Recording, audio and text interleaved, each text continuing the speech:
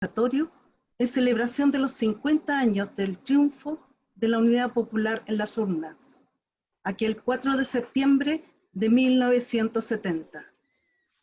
Hola, soy Dina Escalante, integrante del colectivo de Unidad Democrática en Londres y que a su vez es miembro de la Red Europea de Chilenos por los Derechos Cívicos y Políticos, organización que se formó para luchar por el reconocimiento como ciudadanos chilenos de la comunidad chilena en el exterior. Y es esta labor la que permite que hoy podamos votar en elecciones presidenciales y el próximo 25 de octubre en el plebiscito.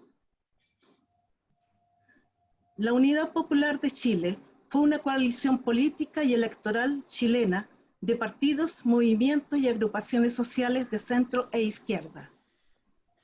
Esta coalición se originó en octubre de 1969, cuando el Partido Socialista y el Partido Comunista elaboraron un documento público en el cual se invitó a todos los movimientos que estuvieran próximos ideológicamente a incorporarse a un nuevo bloque político de izquierda. En diciembre de ese mismo año se conformó la Unidad Popular, quedando integrada por el Partido Socialista, Partido Comunista, Movimiento de Acción Popular, la Acción Popular Independiente y el Partido Socialdemócrata. Esta coalición política presentó la candidatura del senador socialista Salvador Allende Gossen, quien resultó electo el 4 de septiembre de 1970, siendo luego ratificado por el Congreso Pleno. Allende asumió el gobierno con la firme convicción de llevar a la política los postulados de la Unidad Popular e instaurar en el país la vía chilena al socialismo. El programa de la Unidad Popular contemplaba 40 medidas con las cuales se definía la constitución del poder popular y de un Estado popular, la constitución de una nueva economía planificada y la definición de las tareas sociales, culturales e internacionales que debería abordar el nuevo gobierno. Hoy, la figura de Salvador Allende, su programa de gobierno, se agiganta en la conciencia del pueblo y de las nuevas generaciones de chilenas y chilenos.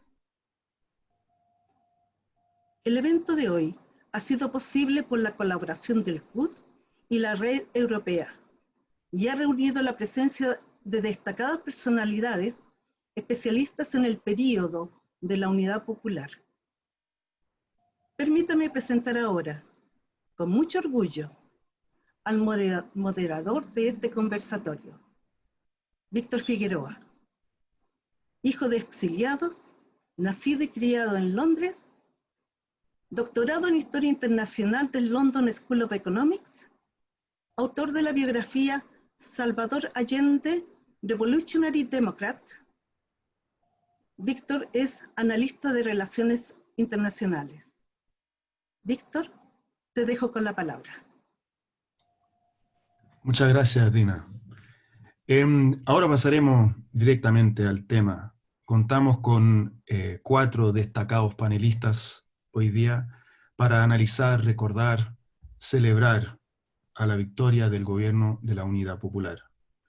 Un evento que fue de suma importancia para la historia de Chile, pero también tuvo mucha importancia para la región, para América Latina, y que desde luego tuvo repercusiones muy fuertes en todo el mundo, sobre todo acá en Europa.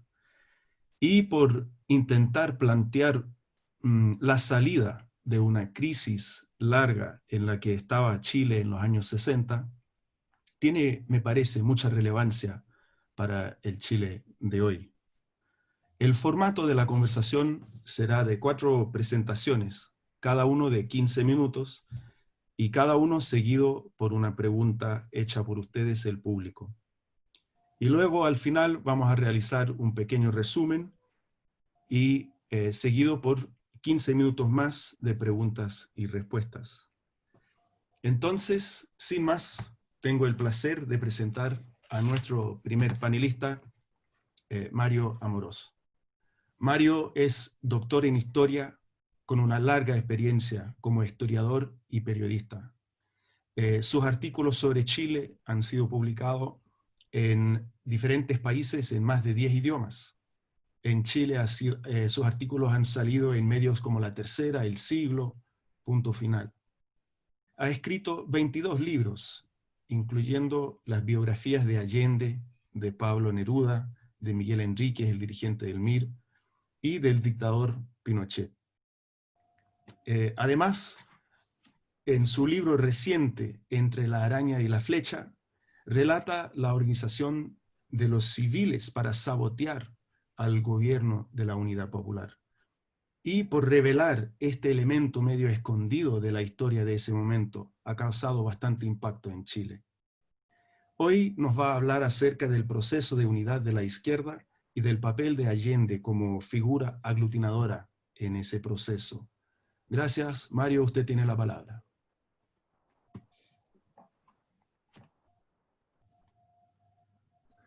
Perdón. Gracias, Víctor, Dina, y a los compañeros que se ocupan de las tareas técnicas para que nos puedan escuchar por las redes sociales.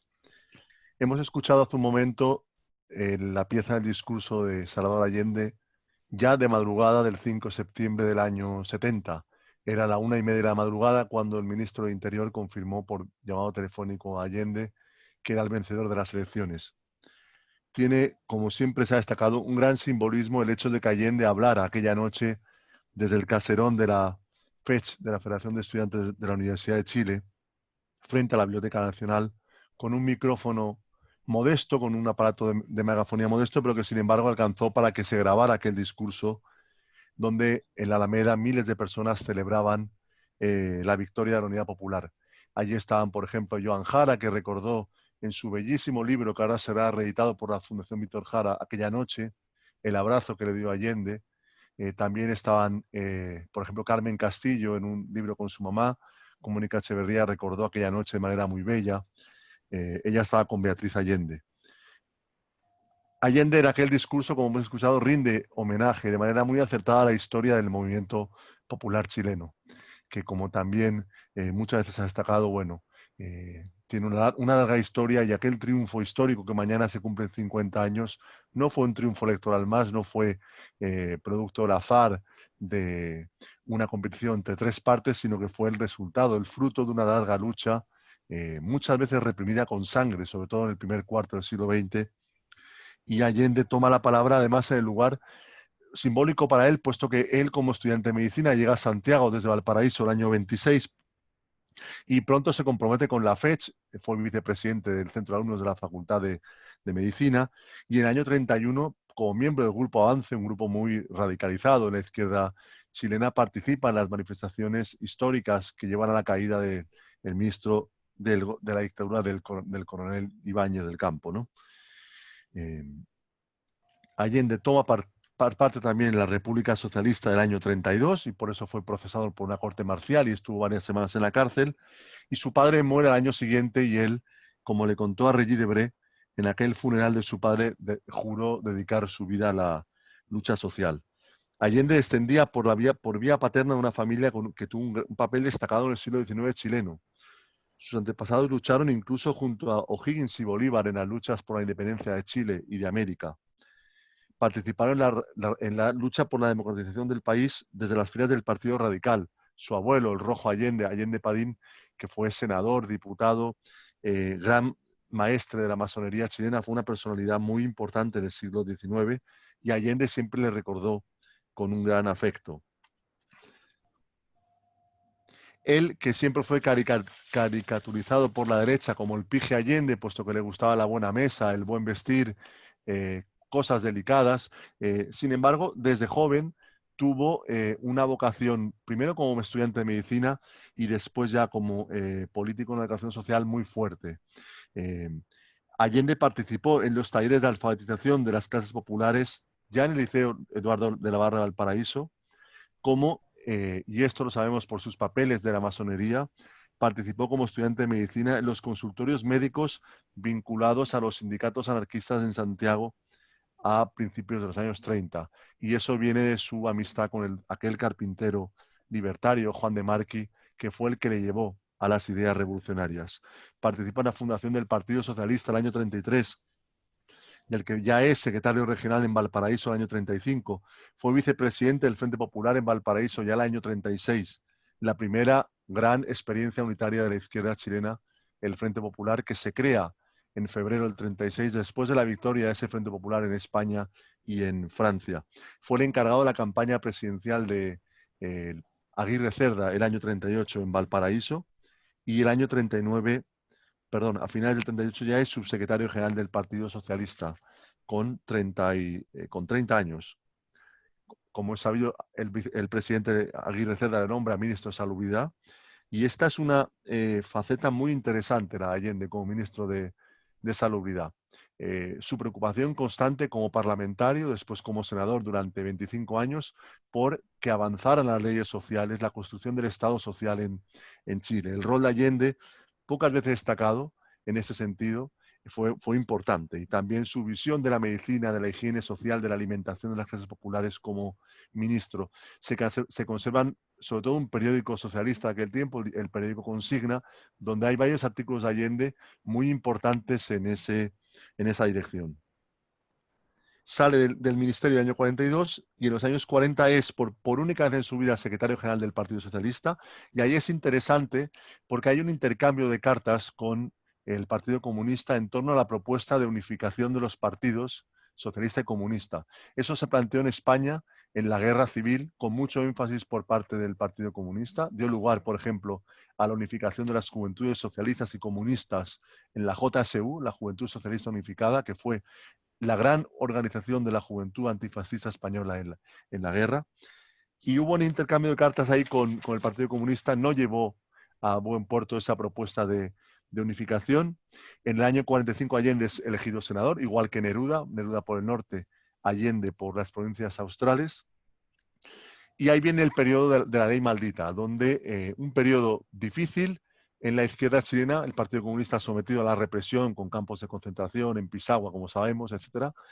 Pero también el Partido Socialista en aquel momento toma cuerpo una tendencia anticomunista. Era el inicio de la Guerra Fría y, por ejemplo, Bernardo Ibáñez, que fue secretario general de la Central Obrera en Chile en aquel tiempo, toma posiciones anticomunistas. Allende se aleja de esa tentación en el momento de la Guerra Fría y critica como senador la ley maldita en un discurso muy importante de su trayectoria el año 48, en junio del año 48. Ahí está el embrión, creo yo, del entendimiento que se dará entre el Partido Comunista, Salvador Allende, y después todo el socialismo chileno, para crear ese camino de unidad que llevó al triunfo del año 70. En la campaña del año 52, una campaña difícil, con el Partido Comunista prohibido, con la mayor parte del Partido Socialista que apoyó a Ibáñez. De hecho, Altamirano o Clodomiro Almeida ocuparon cargos en los primeros años del gobierno de Ibáñez. Es una campaña difícil. Volodya Teitelbón contaba en sus memorias como la desolación de volver al Norte Grande, donde pocos años antes Neruda y Lafuerte fueron elegidos senadores con una tremenda votación, y en aquel momento el miedo a la represión, hacía que fuera una campaña difícil, con la gente llegando desde las oficinas de La Pampa a escuchar a Allende en una situación difícil, ¿no? Pero bueno, como sabemos, aquella campaña fue la primera de 4, fue gestándose ese movimiento de masas que emerge ya el año 58 de una manera impactante, con el famoso Tren de la Victoria, ya con una campaña multitudinaria, con concentraciones en Valparaíso, en Concepción, que suman a decenas de miles de personas. Y en aquel año 58, la coalición de la izquierda, el Frente de Acción Popular, el FRAP, queda solo a 33.000 votos de la moneda. Allende ganó las elecciones entre el electorado masculino, y también recordamos la figura del cura de Catapilco, Zamorano, que había sido elegido diputado como miembro del FRAP y que, lanzó su candidatura para quitar votos a Allende. Después de aquella derrota, pocos meses después, Allende está en Venezuela con Hortensia Bussi, con su esposa, para asistir a la toma de posesión de Rómulo Betancourt, que había vivido en Chile, era amigo personal de Allende, y viene el triunfo de la Revolución Cubana. Allende viaja de inmediato a La Habana, conocerá personalmente a Fidel Castro y Ernesto Che Guevara, y desde entonces, hasta el fin de sus días, fue un defensor de la Revolución Cubana, ¿no? O entendiendo que en Chile la posibilidad de la izquierda era una posibilidad diferente porque estaban las condiciones para la lucha política en democracia y la existencia del movimiento obrero organizado, etcétera, ¿no? Tuvo una visión más crítica del socialismo en la Unión Soviética. Allende rechazó las invasiones militares de Hungría y de Checoslovaquia del año 68, pero es verdad que también que él visitó la Unión Soviética desde el año 54 en muchas ocasiones y sí reconoció siempre el papel que jugaba la Unión Soviética en el mundo como aliado de los movimientos de liberación de los países aún sometidos al colonialismo o al imperialismo. Es emblemático el viaje a Vietnam en abril-mayo del año 69, donde conoce a Ho Chi Minh, una personalidad que le impacta profundamente. La campaña del año 64, con aquella campaña financiada por la CIA en una escala verdaderamente exagerada, que lleva a la ruptura de los lazos de amistad entre Allende y Frei, ¿no? Todavía en el archivo de Frei Montalva se conservan algunas notas personales de Allende a Frei en esa campaña que dan a entender que esa amistad y esa complicidad de dos amigos que habían convivido en el Senado durante 15 años todavía existía, ¿no? Pero aquella campaña tan dura terminará por enfriar una relación personal y esto será clave para lo que pasó durante el gobierno de la Unidad Popular, cuando no hay ya vínculos personales ni vías de diálogo entre Frei y Allende. La tercera derrota no lleva a Allende a asumir un proceso de crítica a lo que aún no se denominaba vía chilena al socialismo. Recordemos que pierde las elecciones de septiembre de 64, hay una crítica muy fuerte del Partido Socialista de Chile a la campaña de Allende y a la candidatura de Allende del año 64. Eso lleva a la fundación del MIR por parte de jóvenes que algunos de ellos militaban en la Juventud Socialista, Miguel Enríquez y otros, en el año 65. Tampoco Allende se cree ese discurso radical que el Partido Socialista asume a partir del Congreso del año 67 en Chillán, una radicalización solo retórica, puesto que no significó nada en lo concreto de la actuación política del Partido Socialista. Viene la campaña del año 69 de la Unidad Popular, donde su candidatura fue, primero, había resistencias en la izquierda chilena a volver a levantar la figura de Allende. El Partido Comunista levanta la de Pablo Neruda en septiembre-octubre del año 69. Allende obtiene un apoyo muy tibio de su propio partido y aparecen otras candidaturas en la izquierda. La composición de la UP, que antes nombró Dina, es significativa, puesto que por una parte está el Partido Radical, que venía de un giro, de una etapa muy conservadora a principios de los 60, que levantó la candidatura de Julio Durán en el año 64, pero que sin embargo se izquierdiza en ese péndulo radical que va dando la vuelta así en la historia de Chile y entra en la Unidad Popular. Y lo más significativo desde mi punto de vista es la aportación de los cristianos, del MAPU, con cuadros políticos muy, muy buenos que hicieron un gran trabajo en la época de la Unidad Popular, en tareas de trabajo social, de la reforma agraria, que ahí trabajó Carmen.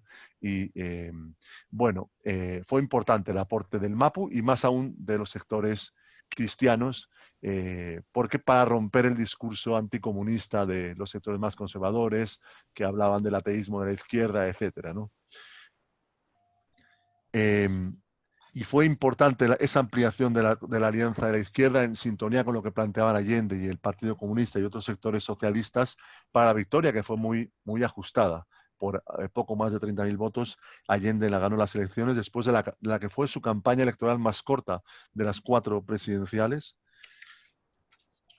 Y Mario, me va a disculpar, queda un minutito. Sí, con el triunfo de Allende y la elección por el Congreso Pleno, después de unas semanas muy complejas, parte la vía chilena al socialismo, que el presidente explica de manera brillante en su discurso el 21 de mayo del año 71. Acabo decía Allende aquel día, 21 de mayo del 71, con la legitimidad que era el respeto a los valores democráticos, con la seguridad que era un programa, con la fortaleza de ser mayoría, la UP había tenido el 50% de las municipales del mes anterior, con la pasión del revolucionario, venceremos. Hoy, en muchas partes, en Chile y fuera de Chile recordamos al gobierno de la Unidad Popular, aquella experiencia revolucionaria y democrática del presidente Allende. Allende simboliza ante el mundo los valores de la Unidad Popular. Un tiempo inolvidable incluso para quienes, como yo, no lo vivimos. Un tiempo similar al tiempo de las cerezas que cantaban en la bella canción de la Comuna de París un siglo atrás. Gracias. Gracias, Mario. Muy interesante su presentación de la historia de Allende dentro de la izquierda chilena. Y yo sé que ahí hay mucho que hablar. Y usted logró admirablemente hacerlo en unos 15 minutos. Yo sé que eso es una brutalidad para un historiador. Aquí tenemos una pregunta en relación a la derrota de la elección presidencial del 64 y el efecto que tuvo esa derrota en el proceso de unidad de la izquierda chilena. En relación a eso, la participación de los cristianos en ese proceso de unidad. Claro, la derrota del 64, como decía antes, ¿no? Fue una derrota muy dura. Pensemos que Allende obtiene el 38.9% de los votos. En ningún país del mundo occidental, desde la Segunda Guerra Mundial hasta el año 89-90, ninguna fuerza que yo recuerde, obviamente me puedo equivocar, ¿no? Pero ese resultado no lo tiene en ninguna parte una candidatura marxista. El Partido Comunista Italiano en el año 76, 77 y luego en los 80 llegó al 36% de los votos, lo cual también es un tremendo resultado, ¿no?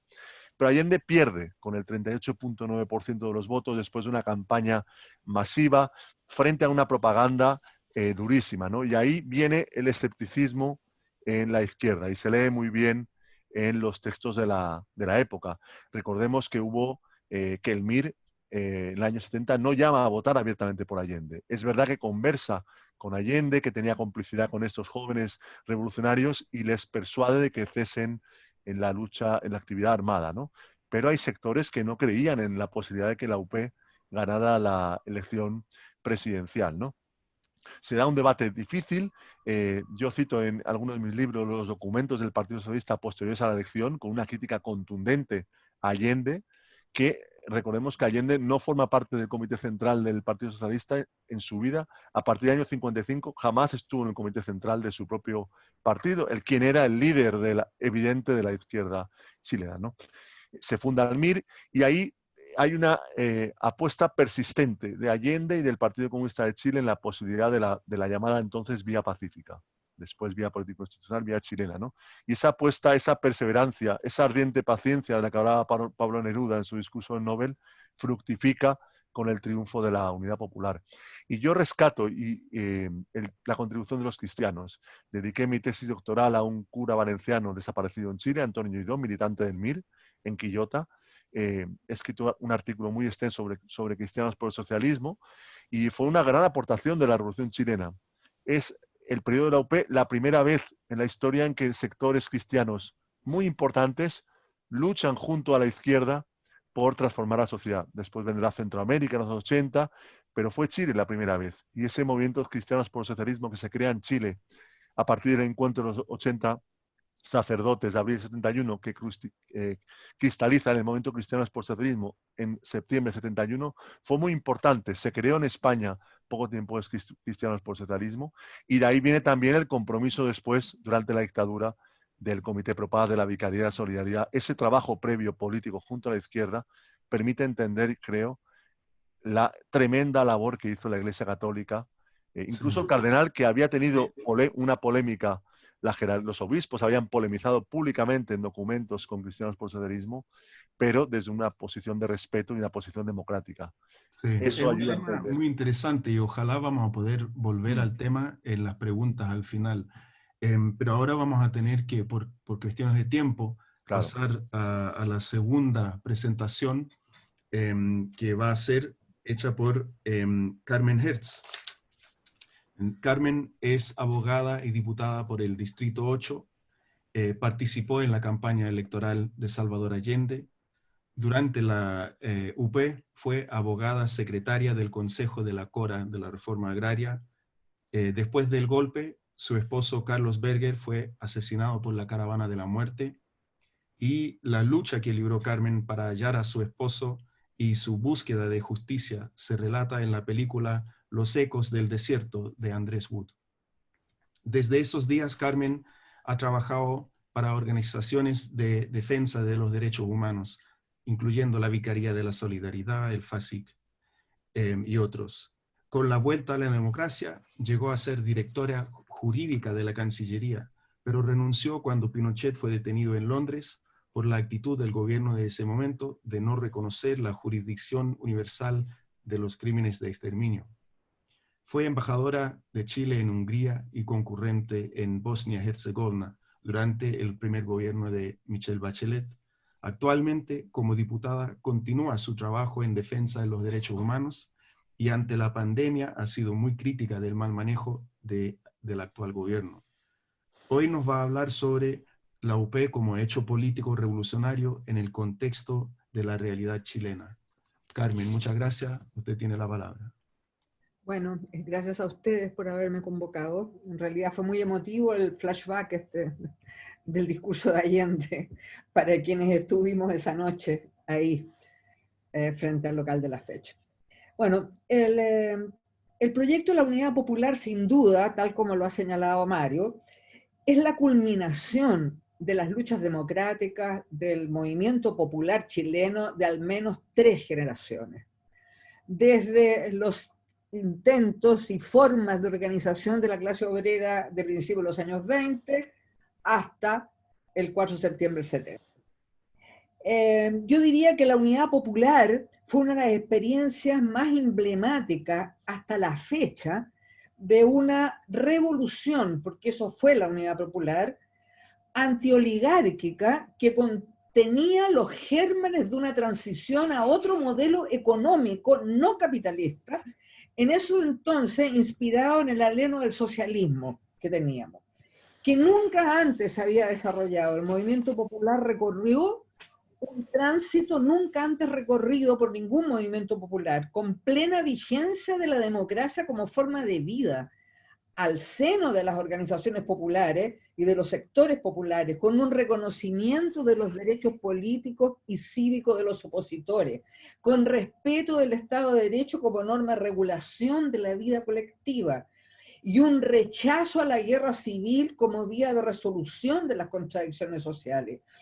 Este proceso revolucionario se aceleró a mediados de los 60, precisamente durante el gobierno de Frei Montalva, y se inicia derechamente el 4 de septiembre del 70 por la vía político-institucional. A mí me gustaría remarcar que el movimiento popular chileno, tal como lo señala Joan Garcés, llevó adelante una empresa gigantesca. Demostró varias cosas el movimiento popular. Demostró que podía ganar el gobierno. Demostró que era posible transformar las estructuras socioeconómicas al tiempo que se desarrolló en el Chile de entonces la democracia y la libertad a un nivel nunca antes conocido, nunca antes conocido. Y se frustra por el golpe militar, que no es solo un golpe militar contra militantes seleccionados.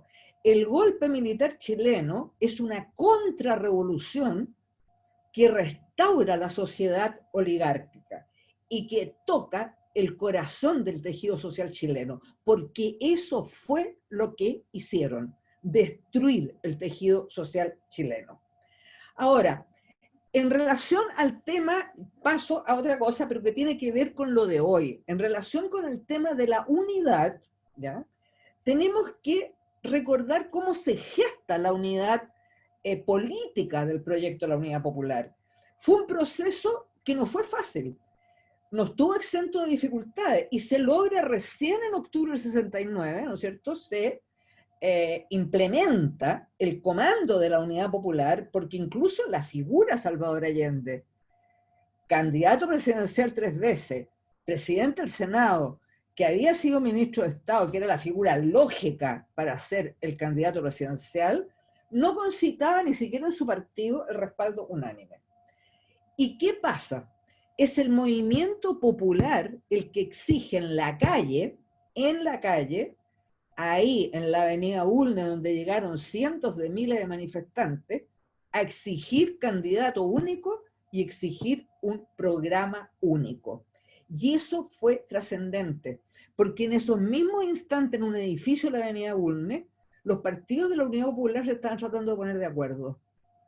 Y en esta manifestación se anuncia ahí, ante la presión popular, que Salvador Allende era el único candidato, se anuncia ahí el programa único de la Unidad Popular. Eso es importante para lo que tiene que ver con la unidad y la conducción política de este nuevo proceso revolucionario que es la Rebelión Popular de Octubre, que se inicia, que a mi juicio es evidentemente un proceso revolucionario. Bueno, yo quería poner también el énfasis en que la Unidad Popular, el gobierno de la Unidad Popular, el movimiento popular chileno, fueron los constructores del Chile moderno. Y la unidad, yo me alegro que hoy, el 4 de septiembre, esté siendo conmemorado los 50 años en todas partes, porque el gobierno de la Unidad Popular y la figura del presidente Allende fueron invisibilizados en nuestro país durante décadas. Y eso tiene una explicación, no es magia. La explicación es las características de la transición chilena, que implicó, como toda transición, pactos y acuerdos, y uno de esos fue ignorar la Unidad Popular, el carácter de proyecto revolucionario que tuvo, sus logros, y siempre hablar del fracaso de la Unidad Popular. La Unidad Popular no fracasó, la Unidad Popular fue derrotada por una contrarrevolución, que es muy distinto.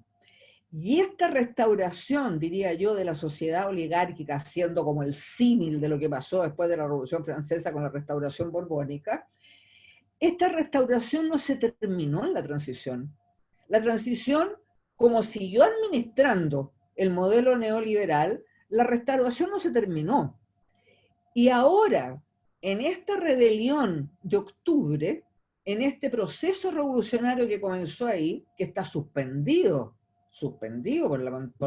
y relativamente suspendido por la pandemia, ahí se va a terminar definitivamente con la restauración de una sociedad desigual, extremadamente abusadora, porque la gente que ha participado en la rebelión popular, que si bien es cierto no hay una conducción política unitaria ahora clara, es evidente, ¿no es cierto?, que están expresando los abusos que viven día a día, cotidianamente, y tampoco surge de la magia, porque también son 30 años de abusos, 30 años de abusos, más los abusos evidentes de la dictadura, y ojo, esta transición tiene, y ha tenido, tuvo, porque fue muy larga, yo no sé, no estoy segura que haya terminado todavía, pero bueno, esta transición se inicia dejando de lado el movimiento popular.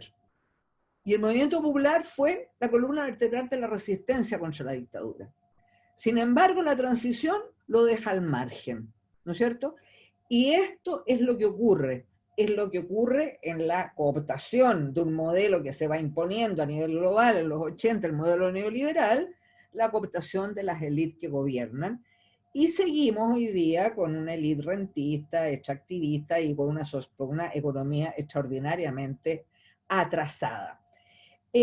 Yo pondría también el énfasis, me avisas cuando me falte el minuto, en las grandes tareas transformadoras y modernizadoras de la sociedad que hizo la Unidad Popular, que fueron la nacionalización del cobre, la reforma agraria que se había iniciado con Frei Montalva, pero se profundiza con Allende y elimina el latifundio, y sin esa reforma agraria, hoy el capitalismo exportador agrario que existe en Chile habría sido absolutamente imposible. Y la nacionalización de la banca también fue una medida modernizadora y transformadora de la sociedad chilena.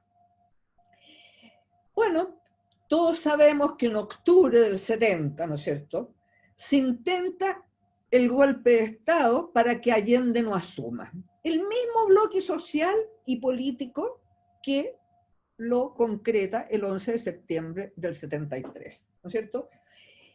Y es interesante ver cómo es aplastado, asesinan a Schneider, sin embargo, ese golpe no prospera, lo comandaban Camilo Valenzuela y Roberto Bió, pero es interesante también poder precisar cuál era la realidad militar en la cual Allende llegó a la moneda. Porque hoy día hay muchas preguntas, se preguntan, bueno, y no hubo tiempo, ¿por qué no se armó el pueblo? Eso era imposible. O sea, plantear eso hoy significa un desconocimiento de lo que era Chile, la realidad política en la cual la Unidad Popular estaba gobernando, enorme. La realidad era que el sector democrático de las Fuerzas Armadas apoyaba, no a Salvador Allende, apoyaba la institución democrática, la institucionalidad democrática. Y eso tenía un marco de hierro, y que era el respeto al Estado de Derecho. No se prolongaba el respaldo más allá, ¿no es cierto? Entonces, esas son cosas que son, bueno, para desarrollarlas, pero que no son el tema del conversatorio de hoy. Pero volviendo de nuevo a qué une la Unidad Popular, su programa transformador, con hoy, 50 años después, yo diría que hay dos como hilos espirituales que quizás la juventud que desconoce, por supuesto, la Unidad Popular, porque, por lo que dije, por las características de la transición, porque se trató de ignorarla, porque las políticas de memoria en este país han sido miserables respecto a todo. Pero hay dos cosas que escuché en la mañana que me parecieron interesantes de alguien.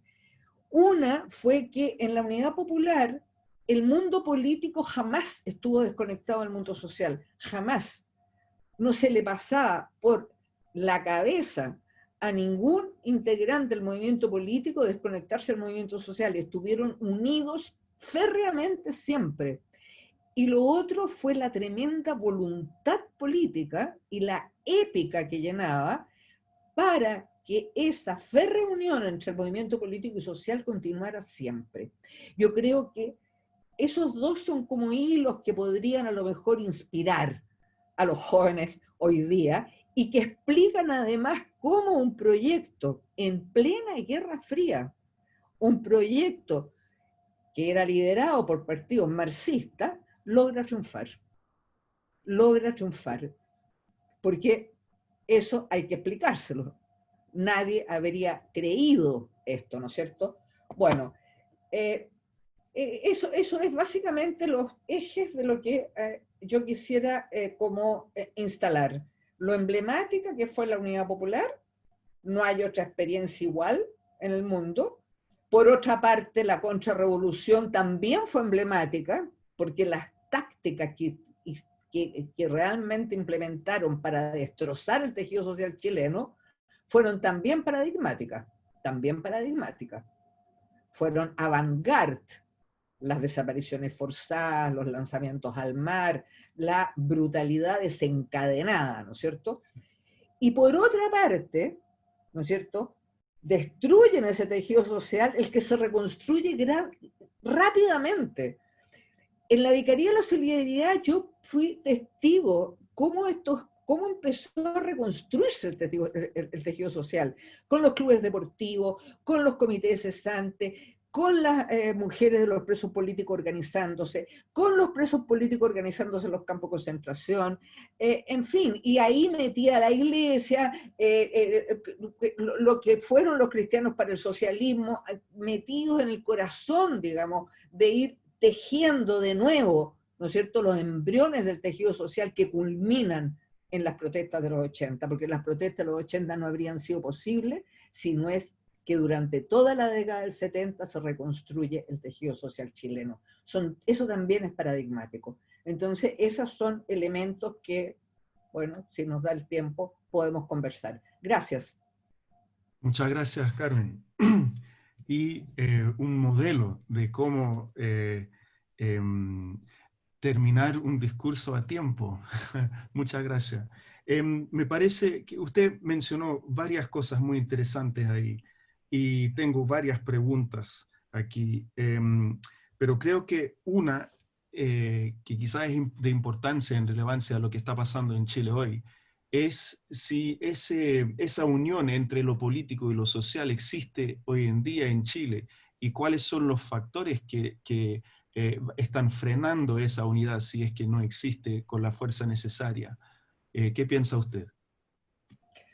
Bueno, mira, durante el periodo de la dictadura, obviamente, y el periodo de la transición, la política se fue desprestigiando, claramente. Los partidos políticos se fueron desprestigiando, se fueron alejando de la ciudadanía, del pueblo, que hoy la palabra pueblo también en Chile se usa poco, ¿no es cierto? Porque pareciera que estuviera medio estigmatizada, hay que hablar de todas, todos y todes. Bueno, el pueblo, a mí me gusta la palabra pueblo. Bueno, esta lejanía también tiene sus razones.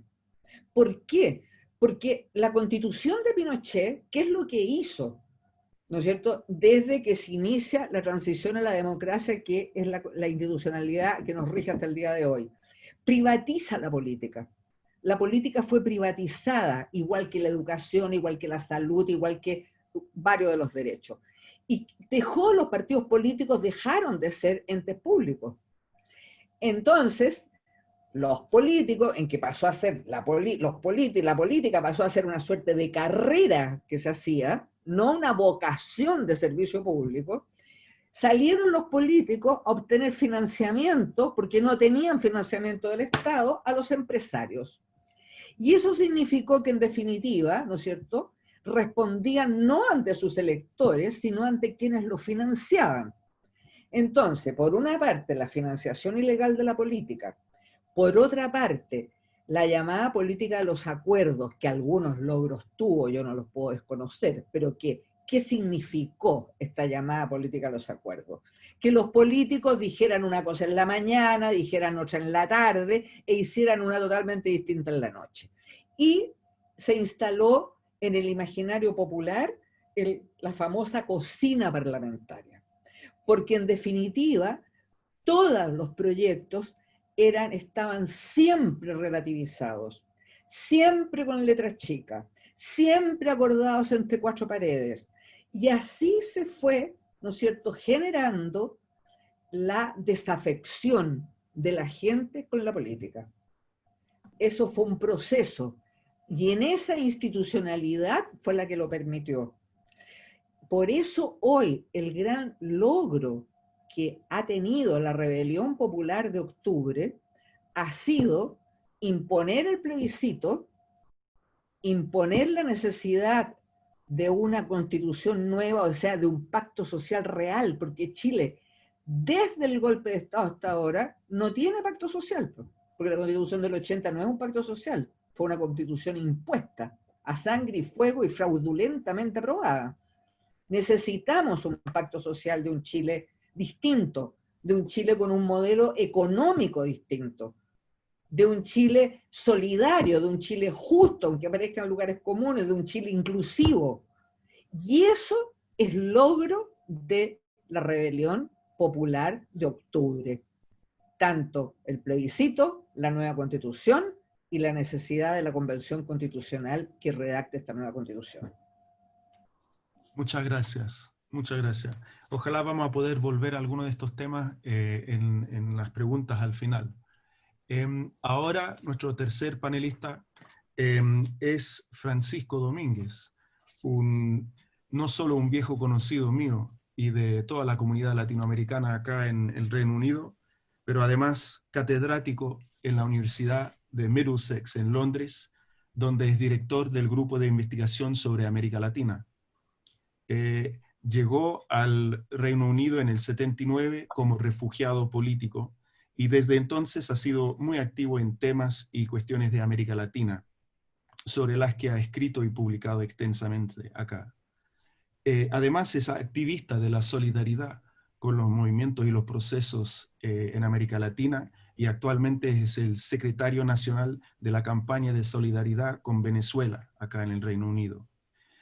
Es coautor de un libro reciente sobre la renovación derechista en la nueva Latinoamérica, que está publicado en inglés por ZBooks, y hoy nos va a hablar sobre el impacto del 4 de septiembre a nivel mundial y en la visión de los pueblos. Muchas gracias, Francisco. Usted tiene la palabra. Muchas gracias, Víctor, y buenos días, buenas tardes, buenas noches, dependiendo de dónde esté la gente.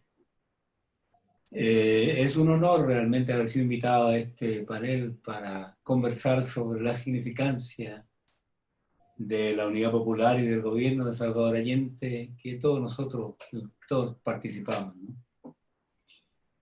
Yo quiero hacer tres cosas. Lo primero que quiero hacer es concentrarme al principio de mi presentación en los procesos importantes de carácter social gigante que permitieron el triunfo de la Unidad Popular, algunos de los cuales han sido tocados por los oradores que me precedieron.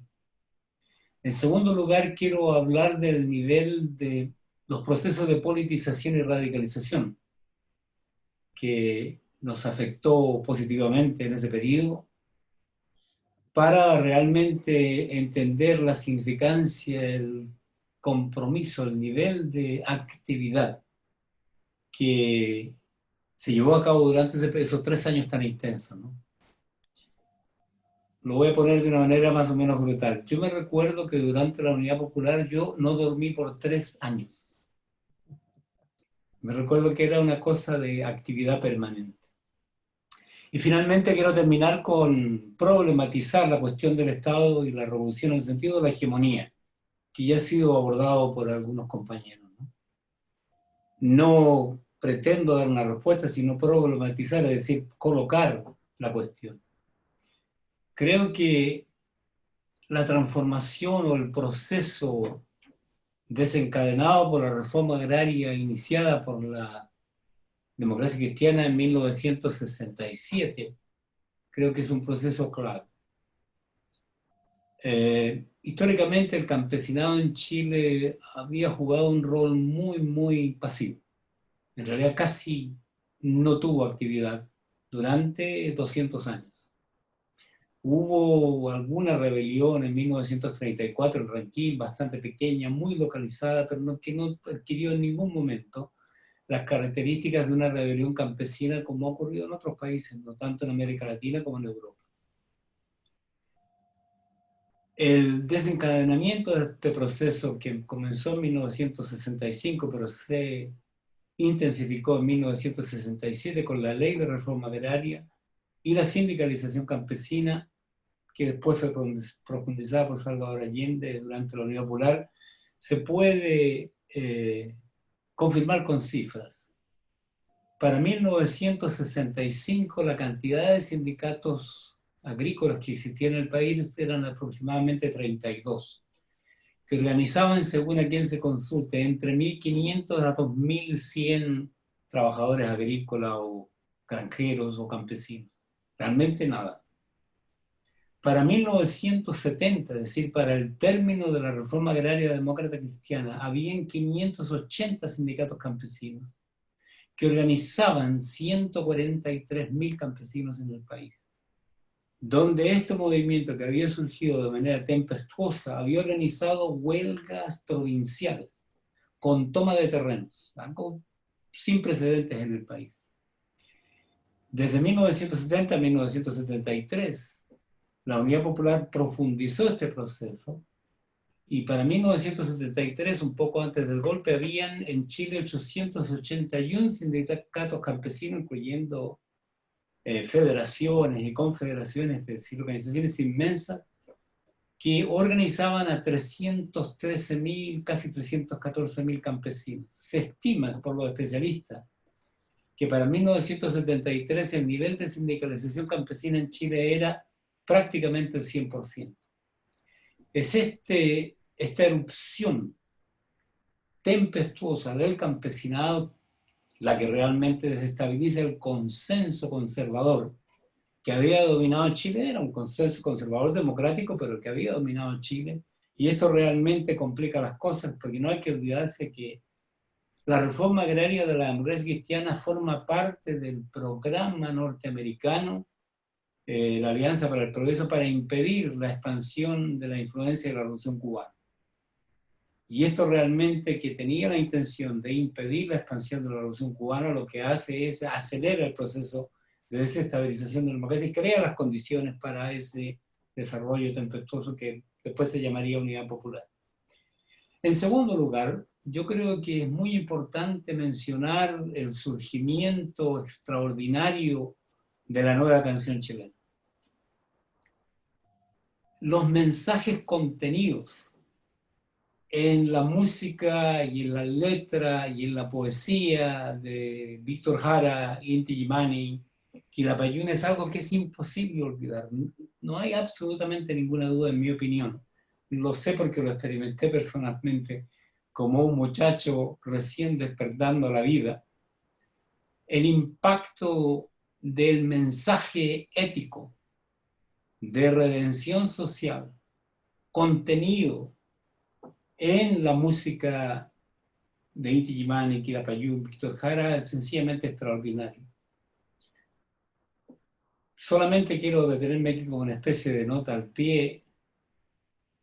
El mensaje contenido en Plegaria de un labrador de Víctor Jara es sencillamente extraordinario. Este diálogo con Dios, donde se exige a Dios que ayude al coraje y al compromiso para realmente traer a la tierra su reino de justicia, es algo extraordinariamente legitimador.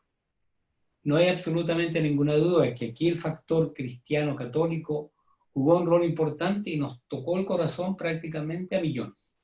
De eso no hay ninguna duda. Y es este proceso de la transformación que movilizó a tanta gente joven particularmente, pero no exclusivamente, que politizó, es decir, politizó en un sentido socialista amplias capas de la sociedad. Basta mencionar el hecho de que la cantata Santa María en ese momento se convierte en la canción, en la obra popular más importante, más politizadora y más radicalizadora del momento. Algo parecido ocurre a nivel de los sindicatos. Para 1965 Chile tiene una tradición sindical histórica muy fuerte desde 1909 con Luis Emilio Recabarren, fundación de la FOCH, de la Fuerza de Federación Obrera de Chile. Para 1965 la proporción de la clase obrera organizada del sindicato era 10%. Para el término de la democracia cristiana había llegado aproximadamente un 20-22%. Durante la Unidad Popular llegó a 34%. Esto es un nivel altísimo en cualquier parte del mundo. Y sin ninguna duda que los trabajadores organizaban sindicatos, jugaron un rol absolutamente extraordinario, así como con los jóvenes que fueron politizados, con los campesinos y todo eso. Durante este periodo, durante el periodo de la Unidad Popular, yo creo que ocurrió lo que podríamos llamar una revolución cultural. Hay otros oradores que se han preocupado de algunas cuestiones más políticas, yo me quiero concentrar en este aspecto específico.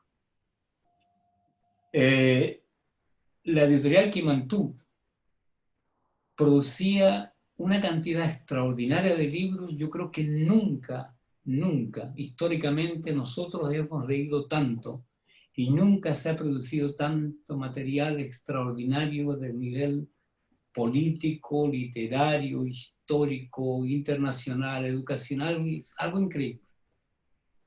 Las cifras que se entregan los especialistas de historiografía que han hecho cosas en el pasado reciente indican que durante 3 años la editorial Quimantú, la editorial del Estado, publicó un total de 11 millones de copias de libros de todo tipo. Había un libro que eran los 1000 libros de bolsillo que se vendían a unos precios absolutamente ridículos. Yo me recuerdo que estábamos tan ocupados, yo estaba tan ocupado que era imposible conseguir los 1000 libros porque a las 3 horas de llegar a los kioscos desaparecían. Ese era el nivel de sed por conocimiento que la gente tenía. Así que yo hice un arreglo con mi kiosquero. Él me los guardaba, yo le pagaba durante la semana cuando podía. Yo creo que este proceso se manifiesta de manera extraordinaria en la resistencia a todos los intentos golpistas y el proceso de estabilización que duró por 3 años. No se notó en el primer año, pero duró sin duda por 3 años. Para 1972 la economía estaba arruinándose por acción deliberada de Estados Unidos en concomitancia con la derecha nacional, sabemos, el acaparamiento y todo lo demás.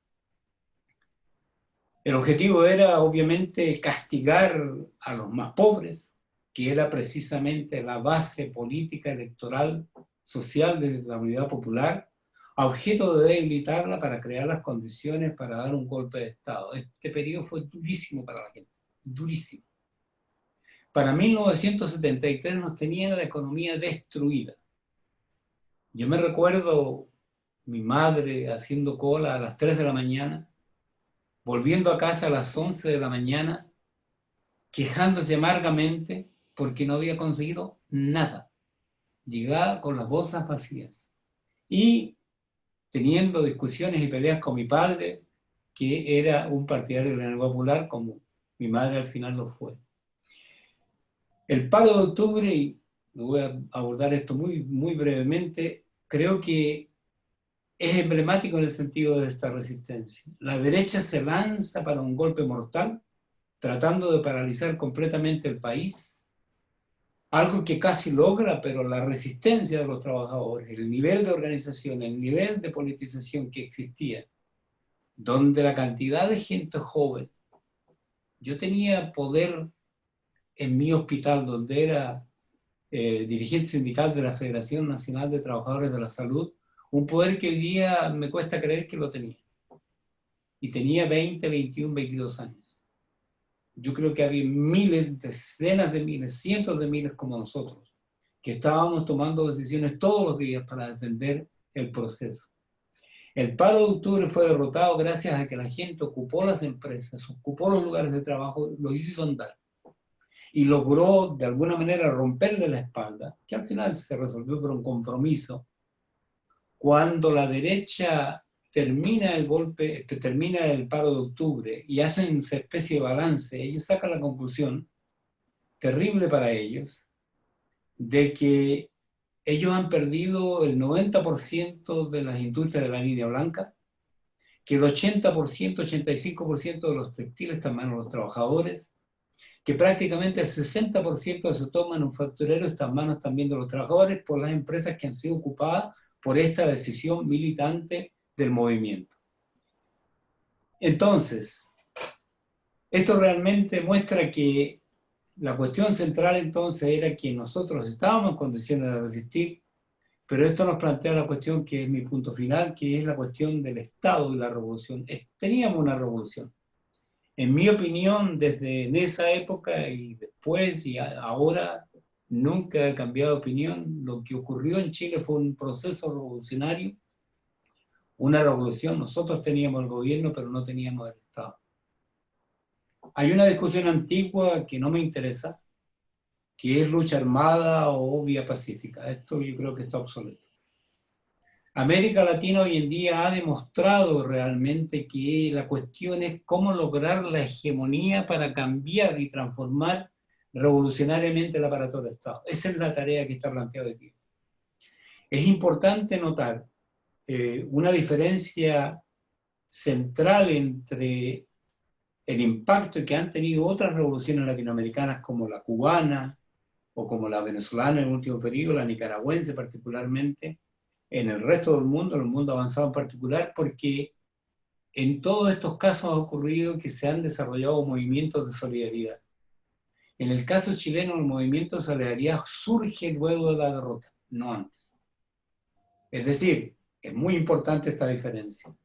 Sin embargo, todo este proceso resuena con tanta fuerza hoy en día, no solamente en Chile, sino que en el resto del mundo, porque, por ejemplo, alguna de la investigación que he hecho yo hace poco muestra que en el mundo hay más de 1.200 manifestaciones de homenaje a Salvador Allende. Más de 1.200. Esta cifra es de 2008. Así que probablemente que haya aumentado desde entonces. Esto se requiere plazas, calles, avenidas, institutos. Esto ocurre en todo el mundo. África, España, Europa, Canadá, etc. No estoy seguro en Estados Unidos.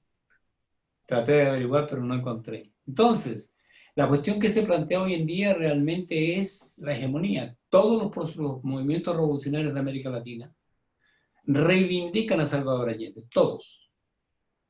Todos reivindican a Salvador Allende y tratan de extraer las lecciones que se puedan de ese proceso.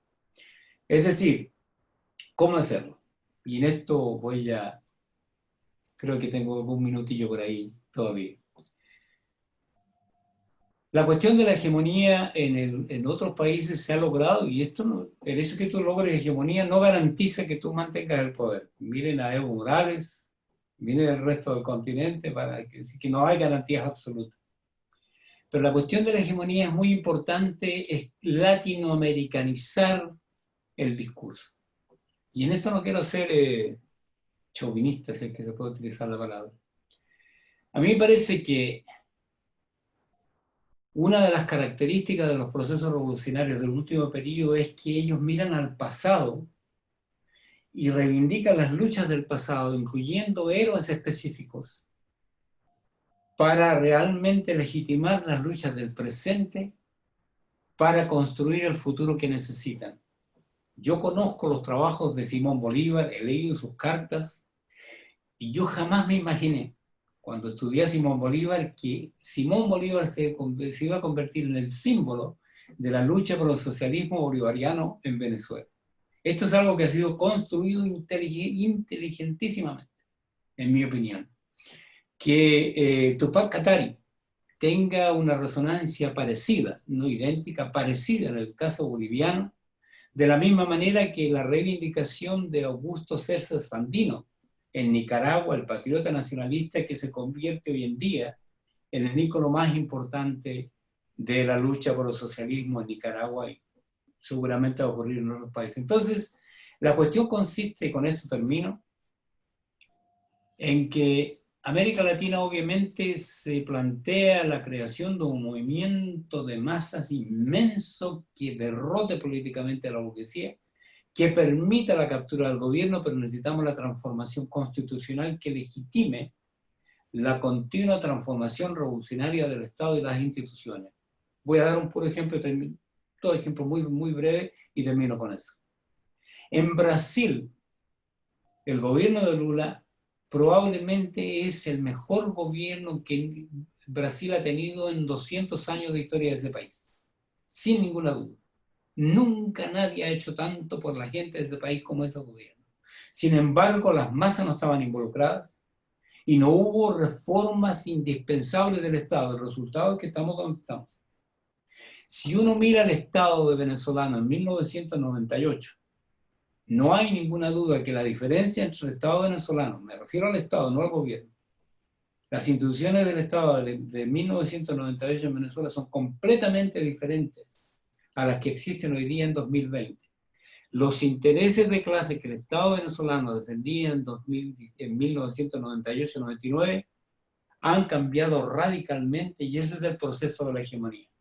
Yo creo que la problematización de lo que es necesario hacer, y en ese sentido la Unidad Popular es terriblemente útil, no solamente para nosotros, sino para la gente que está dando la pelea hoy en día, es precisamente esta cuestión de la hegemonía. ¿Cómo no emocionarse? Ver que los jóvenes de la rebelión de octubre de 2019 se movilizan al ritmo de Venceremos y al derecho de vivir en paz, que eran las canciones emblemáticas de nuestra época. Esto, compañeros, no terminado. ¡Viva Allende! Muchas gracias, Francisco. Aquí también tengo muchas preguntas en relación a lo que usted acaba de hablar. Yo creo que Salvador Allende entendía la importancia del vínculo internacional, regional, latinoamericano, de la lucha chilena, y vincular la lucha chilena con todas esas luchas regionales, y además de historizarlo. y no solo él, también la izquierda chilena en general.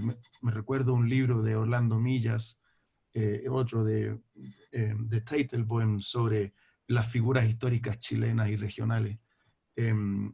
Entonces, yo creo que aquí hay una pregunta que nos quedó un poco pendiente, que es sobre la influencia de la UP, de la victoria de la UP en América Latina sobre todo. Y si nos podría responder eso cortito, y quizás después volvemos a eso en los 15 minutos al final. Gracias. Sí, yo creo que hay dos cosas. Lo primero es que se puede.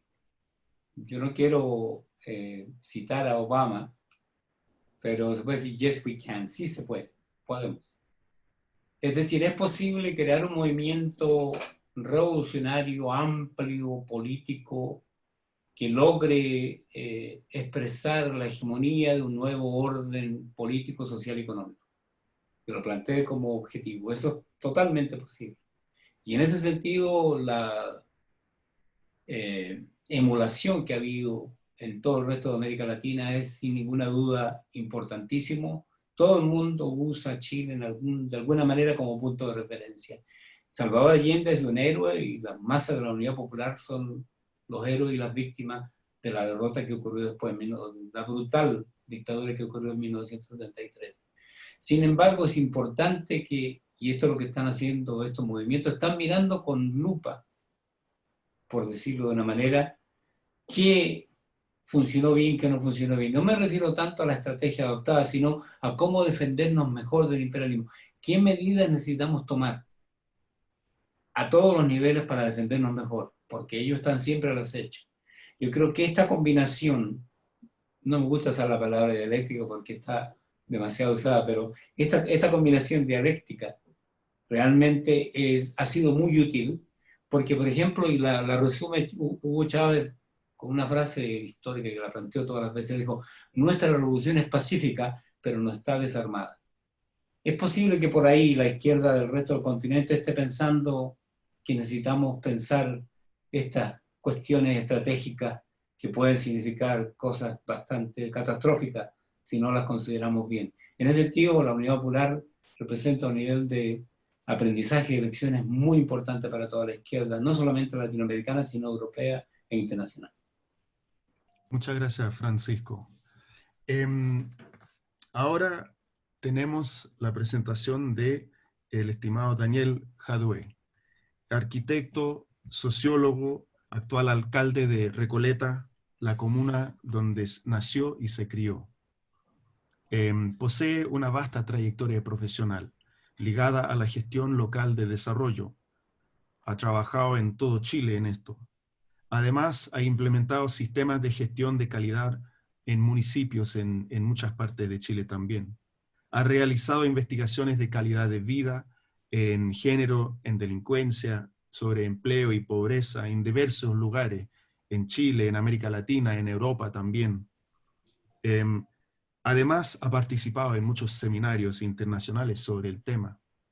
Y hay que decirlo que su trabajo en todo esto es muy reconocido afuera. Aquí en Inglaterra recientemente leí unos documentos donde estaban citando la experiencia de Recoleta como un ejemplo para seguir en los municipios británicos.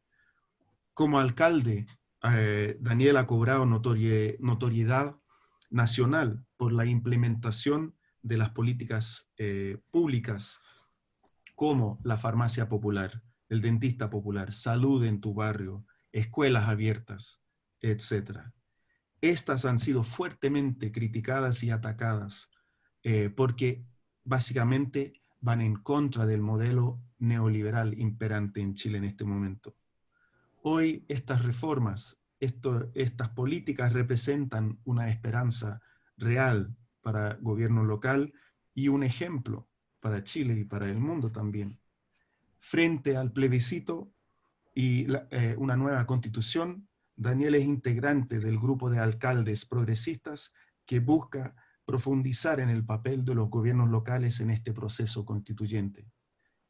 Hoy Daniel nos va a hablar un poco sobre la influencia del 4 de septiembre de la victoria de la UP en la situación actual de Chile y los nuevos desafíos.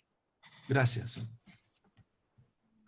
Muy buenas tardes a todos y a todas. Quiero partir saludando a Carmen, a Mario, a Francisco y por supuesto agradeciendo a Víctor esta invitación. La verdad que es complejo hablar detrás de ustedes tres y tratar de aportar algo, ¿no? Así que voy a seguramente caer en espacios que tenemos de análisis común con los tres expositores que me han antecedido. Efectivamente, como bien dijo Carmen, el triunfo de la Unidad Popular es, uno podría decir, el punto culmine de un proceso bastante grande de incorporación y además de incremento del protagonismo de los movimientos populares en el desarrollo de la política chilena durante todo el siglo XX, ¿no? Llega un minuto en donde efectivamente era tanta la presión que incluso cuando uno compara los programas que competían para la elección de Salvador Allende, uno entiende que, y esto no es que quiera comparar tiempos distintos, ¿no? Pero que al igual que ahora pareciera que todo el arco político se estaba desplazando hacia la izquierda de manera, algunos más honesta, ¿no? Y otros menos honesta. Hoy día tenemos gente que se declara en nuestro país socialdemócrata y que todos sabemos la raigambre que tiene, ¿no?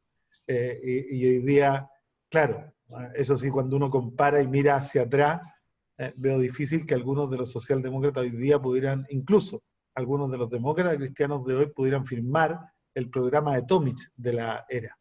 Y es bueno decirlo porque hay que ponerlo en un contexto en donde el desarrollo político del país completo había avanzado y la crisis y la contradicción entre el modo de organización capitalista y las relaciones que del modo de organización capitalista se devienen, ¿no? Estas contradicciones habían llegado a un punto que era muy difícil resolverlas sin un cambio fundamental en las relaciones de poder dentro de la sociedad.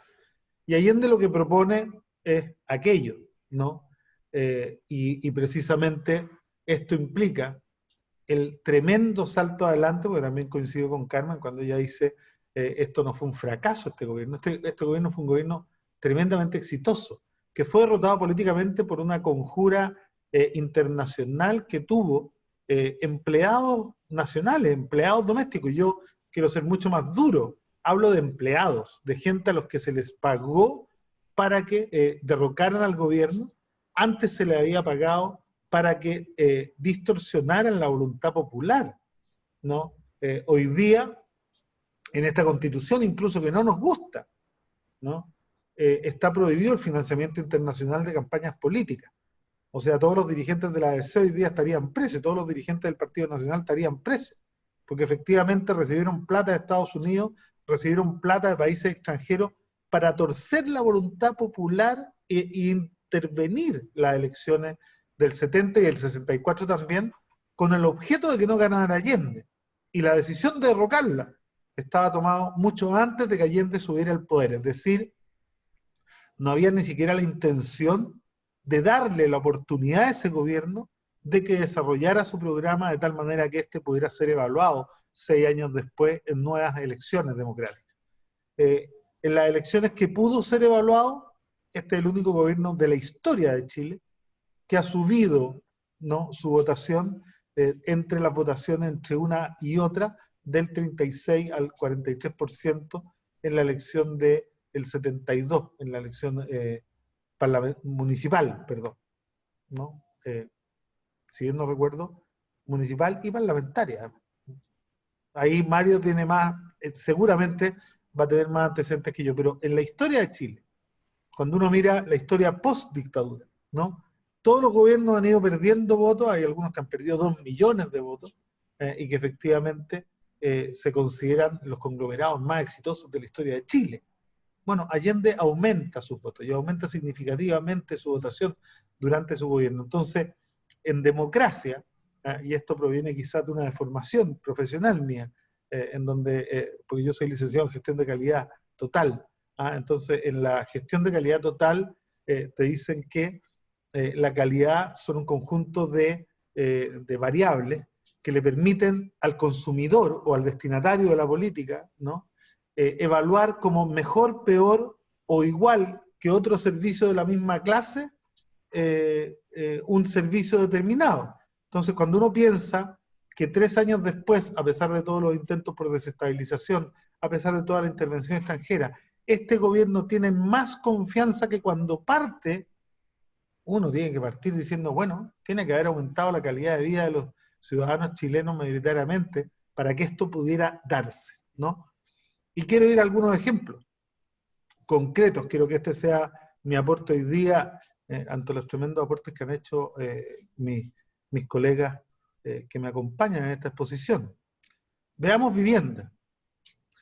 Todas las viviendas que construyó Allende durante su gobierno siguen perfectamente emplazadas y construidas. Ninguna se ha mojado ni se ha pasado de agua, y salvo las que han sido demolidas por la voracidad inmobiliaria de los mismos que hoy día se declaran socialdemócratas, ¿no?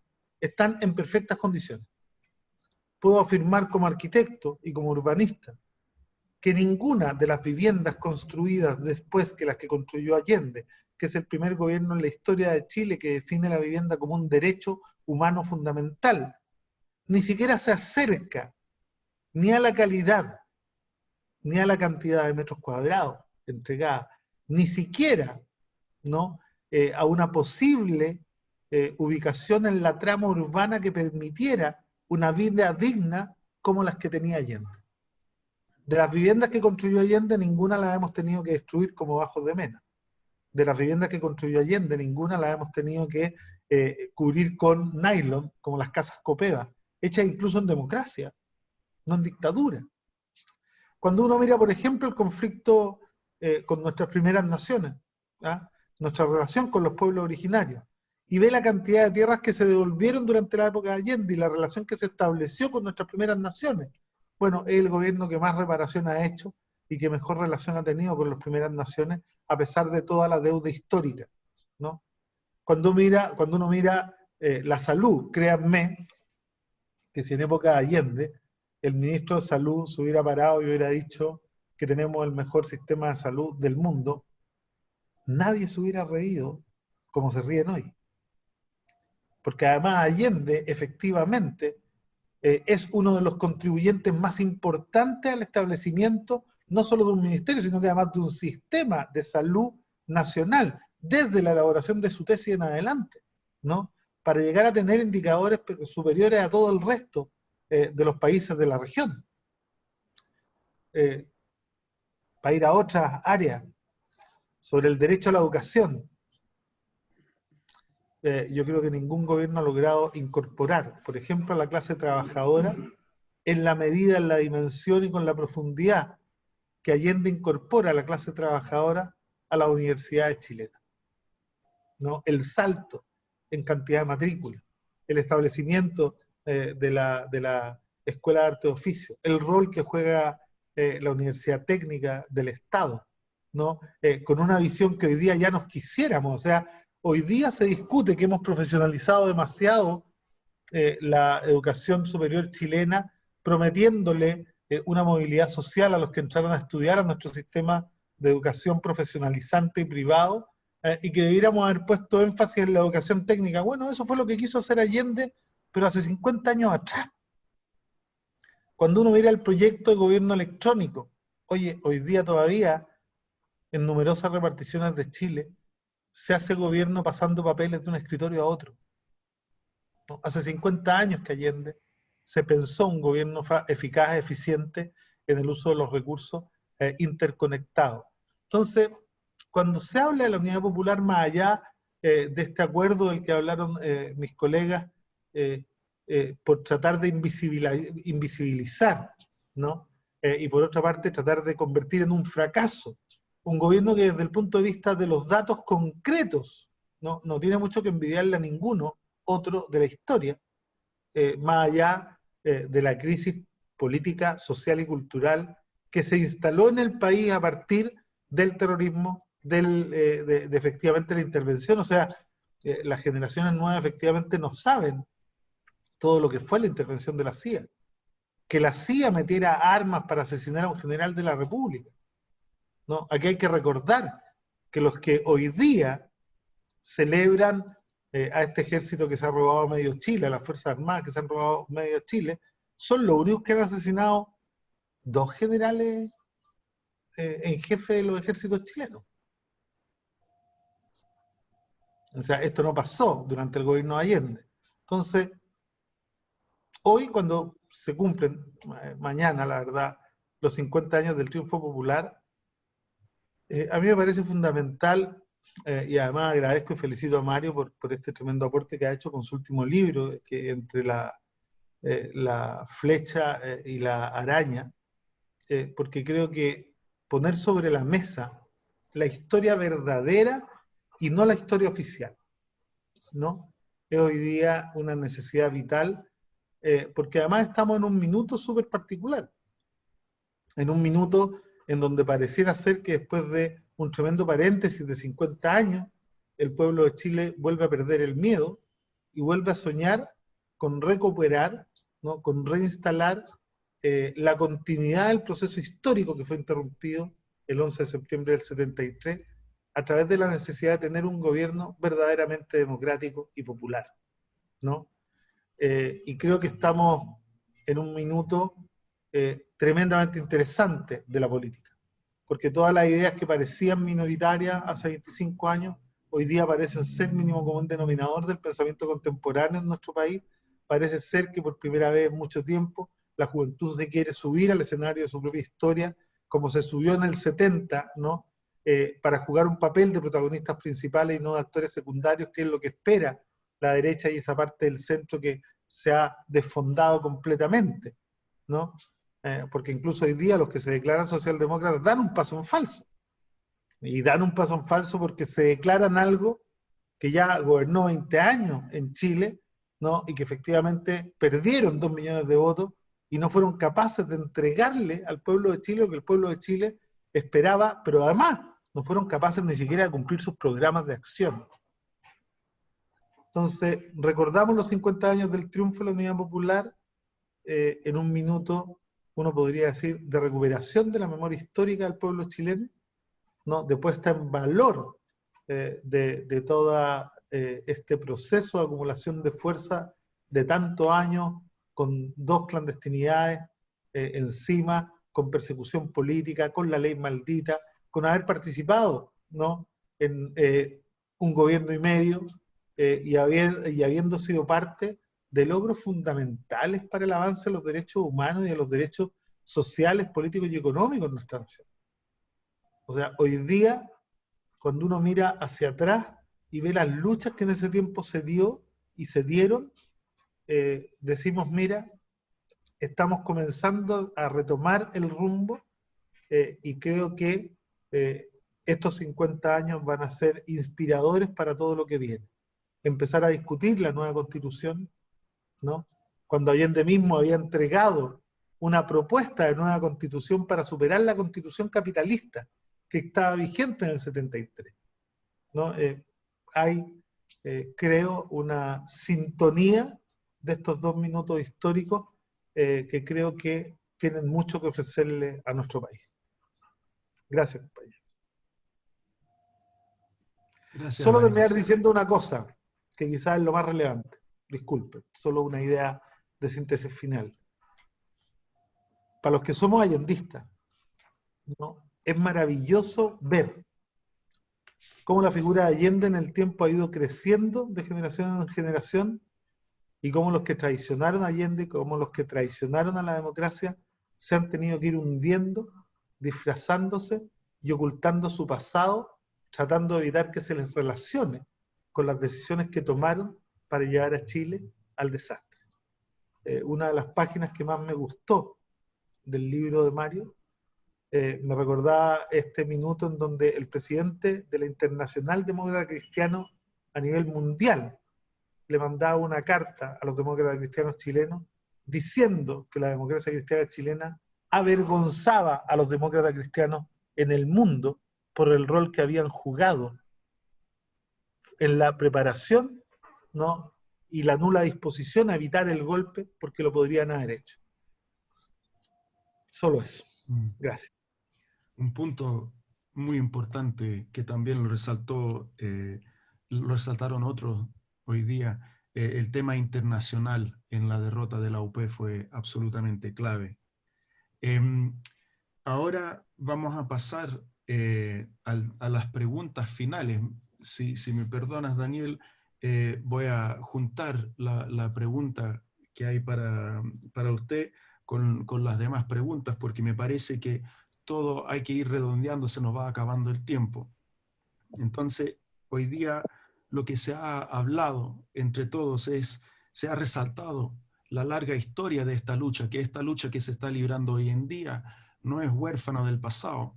De hecho, es un fruto de las luchas del pasado, de la lucha en contra de la dictadura, de la lucha por la construcción de una sociedad mejor bajo la unidad popular, por la lucha que llevó a la victoria de la unidad popular.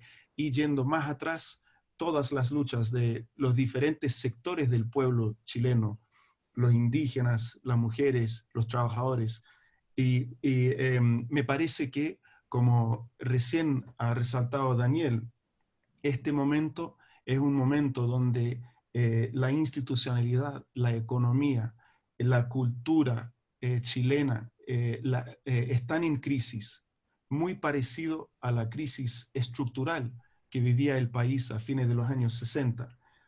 Entonces, como resaltó Francisco, lo que se necesita es una revolución cultural, además de una movilización social y una unidad entre lo social y lo político, como hubo a fines de los 60 y durante la Unidad Popular, para realmente quizás lograr implantar un nuevo modelo para un Chile que sería más justo y soberano hoy en día. Hay muchas preguntas que me parecen interesantes, pero aquí tenemos uno de Fermín Páez, que pregunta a Mario acerca de la importancia de la teología de la liberación y el efecto en la izquierda cristiana en Chile de las ideas de Freire y cómo que contraponían con las ideas de Camilo Torres y cómo eso se reflejaba en Chile. Bueno, gracias por la pregunta. Ya me refería antes, por ser breve, ¿no? Ya me refería antes a la importancia que yo le otorgo además al compromiso de los sectores cristianos con el gobierno del presidente Allende y el papel que después jugaron, ¿no? Puntualizar que todo forma parte de un momento histórico. El Concilio Vaticano II, que habla de la Iglesia de los pobres, la Conferencia de los Obispos Latinoamericanos de Medellín del año 68, que fue clave, la eclosión de las comunidades cristianas de base, la publicación del libro del teólogo peruano Gustavo Gutiérrez, titulado el libro La Teología de la Liberación, el año 69, la toma de la catedral por la Iglesia Joven, la toma de la Universidad Católica, tan importante en el año 67, todo es ese contexto, ¿no? Camilo Torres tuvo un gran efecto también en la juventud, sobre todo los jóvenes cristianos que se radicalizaron a finales de los años 60, ¿no? Recordemos que, por ejemplo, Marta Harnecker viene de la iglesia de base, ¿no? Y tantos otros militantes de la UP que venían de ese mundo y que fueron un gran aporte. Paulo Freire, creo recordar que vivió en Chile también en algún momento de aquel periodo, ¿no? Todo eso hace que, como decía antes, el periodo de la UP sea el primero en el que los cristianos luchan junto a la izquierda marxista por el socialismo, por la transformación de la sociedad. Ahí, desde España, hay varios libros de curas españoles que vivieron en Chile que han dado su testimonio, sus epistolarios se han publicado y es una fuente impresionante para conocer el periodo de la UP, ¿no? La mirada de esos sacerdotes europeos muy jóvenes que salían del seminario de la España franquista y que uno de ellos contaba cómo llegó a Chile abril del año 63, y va al 1 de mayo en Valparaíso y ve a Violeta Parra cantar la canción que le escribió a Julián Grimau, ¿no? Este cura catalán se quedó paralizado al ver aquella escena, ¿no? Bueno, fue algo muy importante. Qué pena también que esa iglesia no se haya mantenido en el tiempo, ¿no? Es decir, hoy los curas que fueron protagonistas y los laicos ya son personas muy mayores, ¿no? La iglesia ha retrocedido, también la iglesia jerárquica mucho en Chile y en todas partes, ¿no? Gracias. Una pregunta a Daniel o a cualquiera de ustedes en realidad. Durante la Guerra Fría el anticomunismo jugó un papel nefasto, no solamente en Chile y en proceso de la Unidad Popular, pero en muchas otras partes también. Me pregunto si es el legado de ese fenómeno sigue afectando el proceso político chileno y en qué medida. No sé, cualquiera. Carmen, por favor. Un poquito, porque Daniel puede decirlo con más precisión que yo. Mira, el anticomunismo, por cierto, desde de la época de la Guerra Fría, recordemos que en plena Guerra Fría que se concreta el proyecto de la Unidad Popular y que además el presidente Allende fue un líder, yo diría, a nivel global. Estuvo siempre en el movimiento de los no alineados, apoyó todas las luchas anticoloniales, las luchas de liberación de los pueblos, apoyó la Revolución Cubana. Hay muchos hechos. Cuando la segunda guerrilla en Bolivia es derrotada, guerrilleros bolivianos cruzan la frontera hacia Chile y Allende los va a dejar personalmente a La Habana, con todo lo que estaba arriesgando su capital político en ese momento. Y sin embargo lo hizo. Lo mismo Trelew, cuando en lo que pasa en Trelew, la masacre de Trelew, los que sobreviven toman el avión y llegan a Punta Arenas, estaba la NUCE en Argentina, que es complicado, ¿no? Era la relación con Argentina, el país con el que tenemos la frontera más larga. Allende acababa de reunirse con la NUCE, firmaron un tratado que significó impedir la guerra por muchos años, y sin embargo, a la petición de la NUCE de la entrega de los sobrevivientes de Trelew, Allende se niega. Allende se niega. Bueno, tenía una gran vocación latinoamericanista, ya, por así decirlo. Esa fue su característica fundamental. Bueno, me fui por otro lado. El anticomunismo hoy día, por cierto que sigue siendo, es algo como, ha sido alentado además, alentado durante toda la época de la dictadura, pero yo diría que es muy a nivel de élite, muy a nivel, no sé si Daniel tiene la misma opinión, muy a nivel cupular. ¿Por qué? Porque los comunistas, por una parte, desempeñamos un papel fundamental en la Unidad Popular, ¿no es cierto?, en el apoyo al presidente Allende y a su programa hasta el final, y fuimos también parte clave de la resistencia antidictatorial, y esa resistencia se hizo a nivel local, a nivel social. Ahí estaban los cristianos para el socialismo que quedaron trabajando codo a codo con las orgánicas clandestinas, tanto comunistas, socialistas o el MIR, codo a codo tejiendo el tejido social, como yo decía. Bueno, por lo tanto, ese anticomunismo es claramente, a mi juicio, cupular, y que además se acentúa durante la transición porque nos dejan al margen.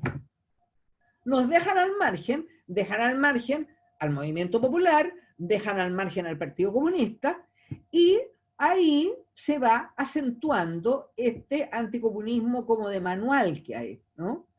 Y en que, bueno, hoy día ahí está, por ejemplo, las cosas completamente delirantes que se dicen respecto de nuestra carta presidencial que aquí está presente, Daniel Jadwe, teñidas de un anticomunismo de manual, ¿ya? Teñidas de un anticomunismo de manual, pero, ojo, a la Plaza de la Dignidad, en plena rebelión popular, ¿quiénes podían ir a la Plaza de la Dignidad sin que se los faenaran?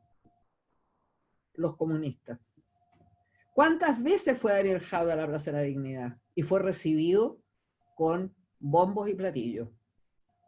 Vamos a ver si los que elaboran hoy el discurso anticomunista pudieran haber estado un segundo siquiera allá. Un segundo. No, imposible.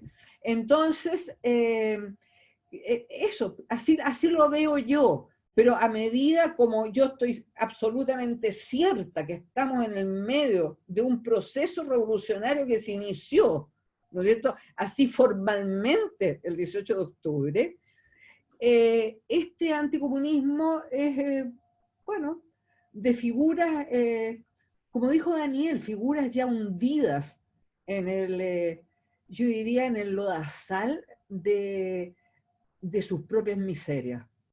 Y eso no es solo referido a la derecha chilena, sino a muchas figuras también que se han hundido,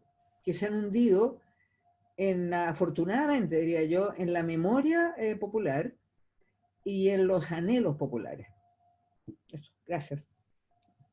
Muchas gracias, Carmen.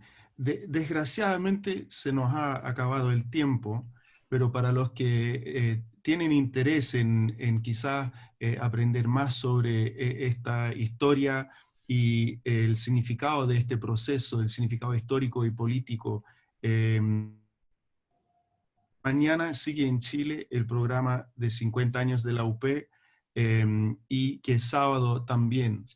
Así que conéctanse a través de la página a los eventos que van a seguir conmemorando, analizando, recordando el proceso de la Unidad Popular. Muchas gracias a todos los panelistas por su tiempo y espero poder seguir este debate en algún momento a futuro. Gracias a todos los que se conectaron a esta llamada y ¡viva Chile!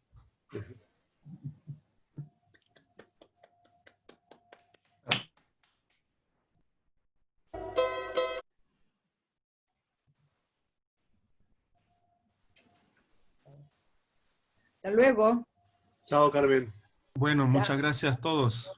Francisco, un gusto. Igualmente, un gusto. Muchas Víctor, gracias. saludos. Sí, Igualmente. saludos. Estén bien. Ya, muchas gracias, hasta luego. Chao. Yo aprovecho a saludar a Víctor. Un momentito, Ah. un momentito, por favor, porque quiero agradecerle a todos. Las presentaciones estuvieron fabulosas. De un nivel que nos ha dejado, qué sé yo, con la boca abierta. Y quiero decirles que nosotros tenemos la intención de hacer un nuevo conversatorio para noviembre, para el 4 de noviembre, pero aquí enfocándose, qué sé yo, en el gobierno de la Unidad Popular.